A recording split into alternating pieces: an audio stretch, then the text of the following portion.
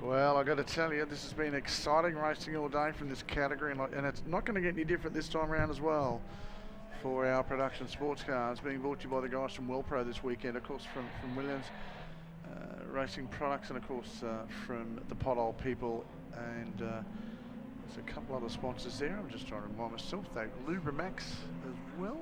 So special thanks to all those guys for getting behind this weekend. It's so good to have you on board, and I guarantee the guys are so delighted that you've done that this weekend as well.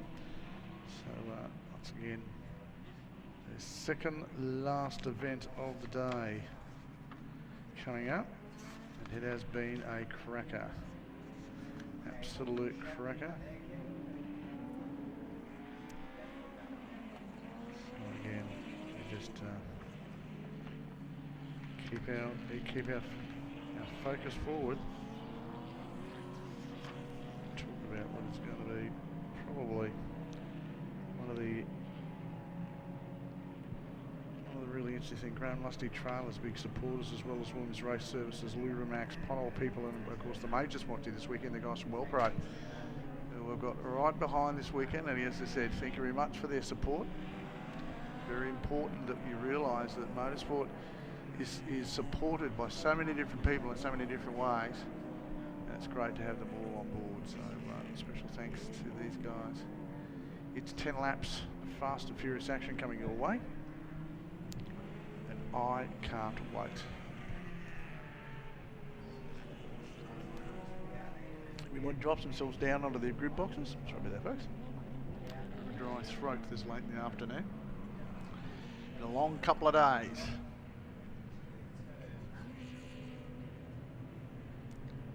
Long couple of days, and it is very, very crucial that make the most of the point scores. Away they go. This is their formation lap, and away they go.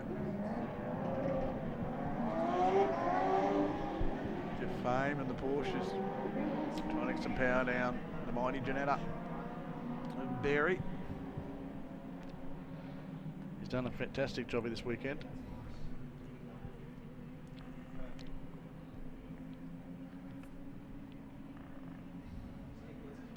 Now that's interesting. Wayne Hennig has just been told that because he failed to take his drive-through penalty in the last race, he has got to complete that in the first lap of this event. So I'd say what will happen is he'll come around and take the starting position and then peel off before he completes the first lap and do the drive-through. So because he didn't perform it last time round, so he will be penalised heavily in this event.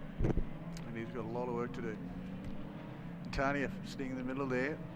The battle between him and the Mosley was an absolute cracker. A David and Goliath battle with those guys. It's just interesting that this has been one of those weekends. Special thanks, we said, to the guys from WellPro for really getting behind this weekend's motorsport. We really are appreciative of your support. And of course the guys from Williams Race Services, the guys from the Pothole people, Lubrimax, and of course Graham Lusty Trailers for your support here this weekend. But once again to the drivers, you guys have been putting on the show for us here this weekend. It's great to have you all here in your varying forms of motorsport. I suppose paraphernalia, and also your motoring cars as well. So great to have you on board, as we said. It's a huge field of cars, and a very different field of cars too, as far as MX-5s and the Exotica that sits in front of those.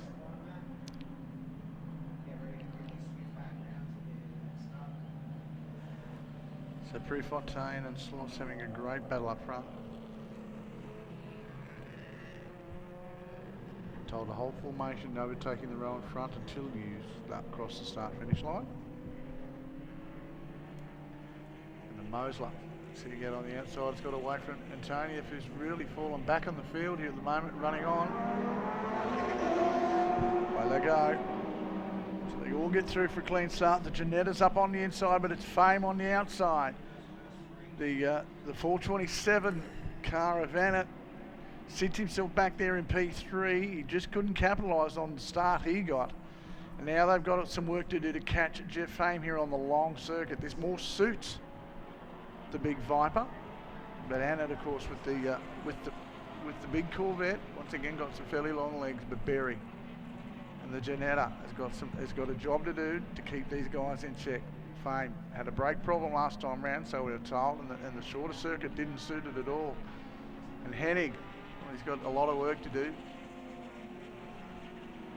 And it will be the 10 car of Wayne Hennig that will have to perform a drive-through, and he'll peel off at the end of turn 6 here and go through. So hopefully that's going to be the case, because he'll get the wrath of Doug Chappell if he doesn't do it this time. He'll stay far left and peel off when he comes back. That'll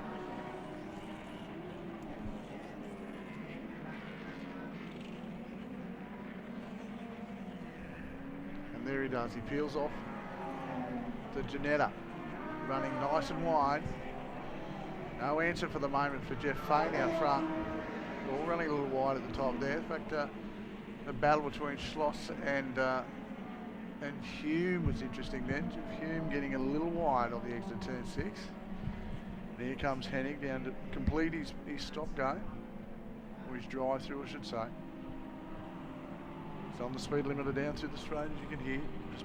Just cracking 41 kilometres an hour. They hate driving at that pace. Listen to it hunting through the gearbox.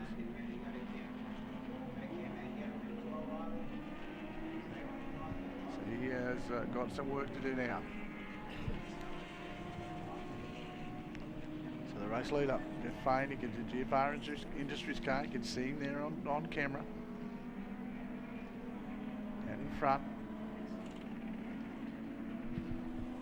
Berry. Now last time round, Berry was 2 seconds a lap slower. I don't know where that's going to send itself. Mosley's found some pace. He's cleared away from Antonieff. Antonieff's going to have a lonely old race there in his own. He has got some good fame. Way too much pace in the car.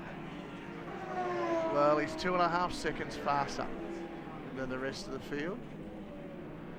That's Berry in it, and although Hennig is a bit quicker at 16.7, so he's coming. Whether he's got the pace to run down the likes of Berry and that in front of him, I'm not too sure.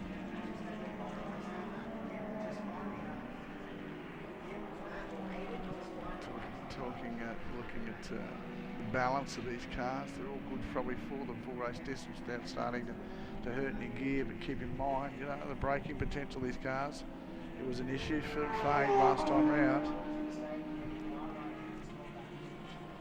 Hennig will have his head down, so didn't record a time that time round. But Wayne Hennig will be the one to watch. He will be driving the wheels off this and try to get on the back of the bus.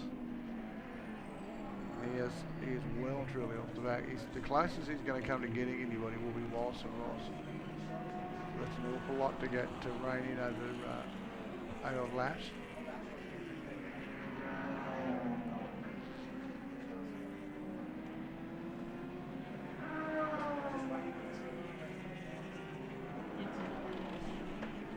Fane, Berry, Annett, Hennig, Lusty. That's your top 5. Antonieff now coming, where's he coming? He will be through the field here. In fact, there he comes now. I heard him driving past. That's where they run. So we look on track now with this little battle here of Russell, Schloss, and that's Prefontaine in front of him, and Jonesy been an absolute cracker.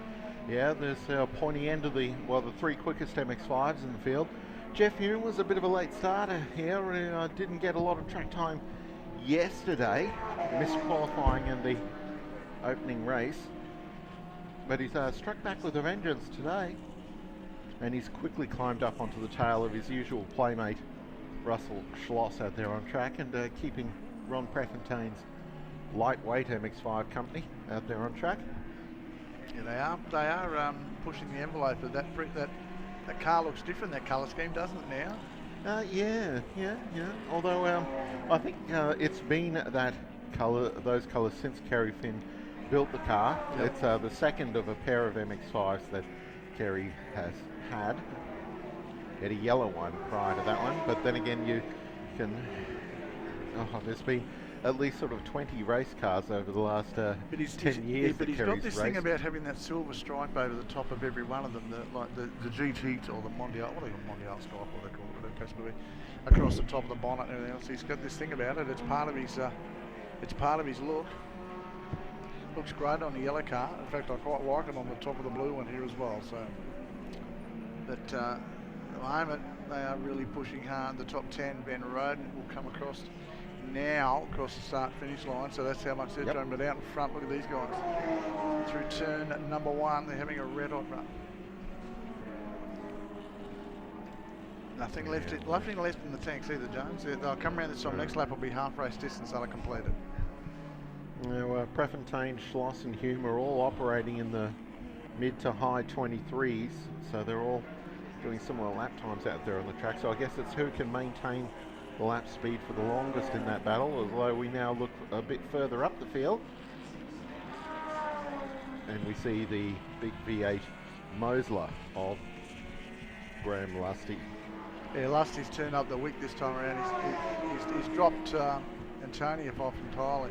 Yeah, up in that 5th position now. Look at this little battle here. This has been a cracker all weekend as well. Tony Ross and Paul Ansell. Yep. Fighting over 12th right at the moment. Now, they spend normally, a lot of time together, these guys, don't they? Well, it's normally Paul Ansell spends all his time fighting with Gavin Clay on track, but Clay's had a failure in the car this morning, so unfortunately, Paul's had to find another guy to have play with, and Tony Ross has presented himself in the black number 75, and here they are. Paul always seems to be in the midst of a battle out there on a racetrack. They're a very, very friendly bunch down in the Production Sports Car Racing Association of Queensland. Wayne Hennig had to complete that drive-through penalty at the start of this race too, by the way, Jonesy, so he peeled straight off. That'll be why his Porsche sounds so angry out there on the track. It's got the cranky sound, hasn't it, really going? But look at this, he's back to position 9 already. So and he's coming and he's... he's about to climb onto the tail of that. Well, he's in the midst of that 3-car MX-5 battle now, isn't he? Well, effectively he could nearly catch Lusty, but I don't think so. He's there's on screen there actually as we're talking about him. There's Wayne Hennig. He's just overtaken Ron Prefontaine. That was for position, so that puts Hennig up into 7th now. There goes the Mose. I don't think he will. He'll get probably. He'll get Antonieff because but he won't get Lusty. Yeah, Antonieff's looking a little twitchy on track there. The car doesn't want to turn corners. But we look back at Jeff Fain in the big Viper. It's the GFR Industries car. The heavyweight of the group, but counter that weight, he's got all that power of that enormous... Well, when it started life, the Dodge Viper, it was a truck engine, but it's evolved over time into... Rather finite piece of engineering, really. No, they spent a lot of time punting these Vipers around the Le Mans 24-hour race in the 1990s and early 2000s. You know, they sort of, it's a little bit weird because we never got the great confrontation of Viper versus Corvette at Le Mans when the Vipers were winding down their program just as the factory Corvette program was gearing up. So we never got to see it in the end.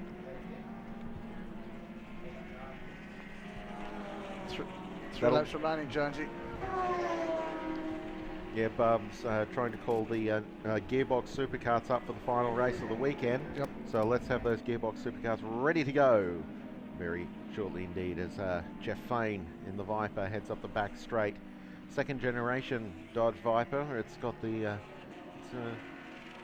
more angular look to the car in this particular, the GT3 Competition car, which despite its origins and its name was actually the large part of the development of this GT3 Dodge Viper was actually carried out in France by the Dams motor racing team, which these days spends most of its time looking after a Formula E race program.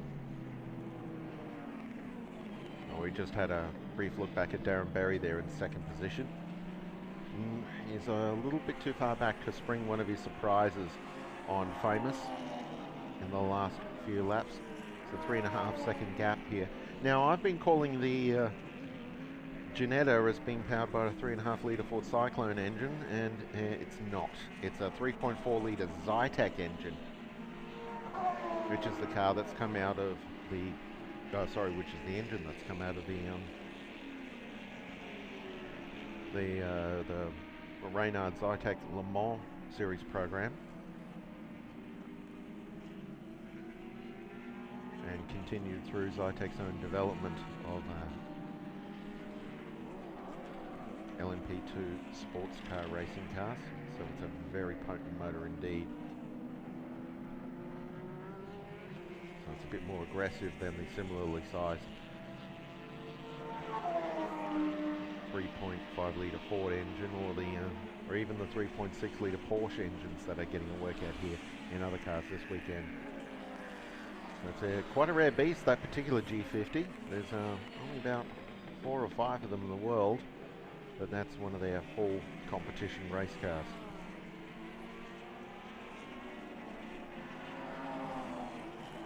Travelling down the front straight. There's Jeff Vane, ducks inside of Russell Schloss, puts him down a lap as the last lap board goes out. And it's so Stevenette is currently third in the black Corvette, and then Darren Hennig in the Porsche, before we get to Lusty in the Mosler, as we watch Jeff Vane head up towards the braking zone in turn 3. Darren Berry's continuing to keep him company, but again, he's trimmed a second off, but we're down to the last lap of the race, so it's not going to be enough. Unless, of course, Famous makes a mistake in the big Viper.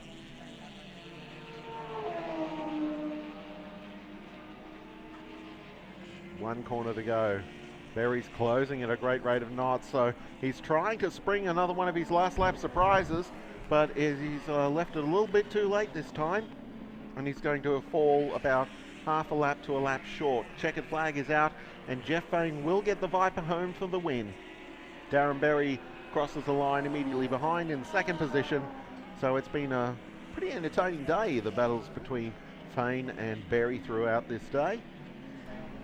Yeah, great weekend brought to us by the guys from WellPro, from Williams Race Services, the guys from Grand Lusty Trailers, Pothole people at Lubramax, Jonesy. Yep, the third place car of Stephen Nett just crossed the line, and there's fourth place Porsche of Darren Hennig. Lusty just about to come and complete his race as well, so there that's Lusty home. And sixth place will be Wayne Hennig.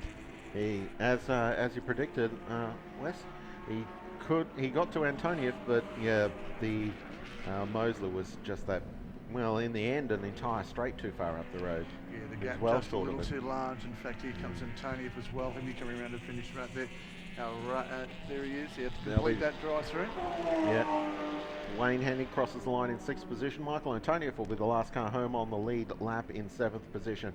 Ron Prefontaine was lapped in 8th position ahead, and winning the MX-5 battle ahead of Russell Schloss, Jeff Hume, Henry Van Roden, Tony Ross, Paul Ansell, and James Wallace, rounding out the 14 finishers in what's been a pretty good weekend for the WellPro Queensland Production Sports Car Series. Yes, thanks very much to those. Thanks very much to the guys from WellPro, of course, Grand Lusty Trailers, the guys from Williams Race Services, Pothole people on Lubramax, but to WellPro, thank you very much for getting me on us this weekend. What a great weekend. The Queensland Prod Sports have been out there entertaining us all weekend. We're going to take a break back on the other side of this last race of the day coming up, which of course is our Gearbox Supercars, and that's being brought to you by the guys from motorsportszone.com.au. Back very shortly.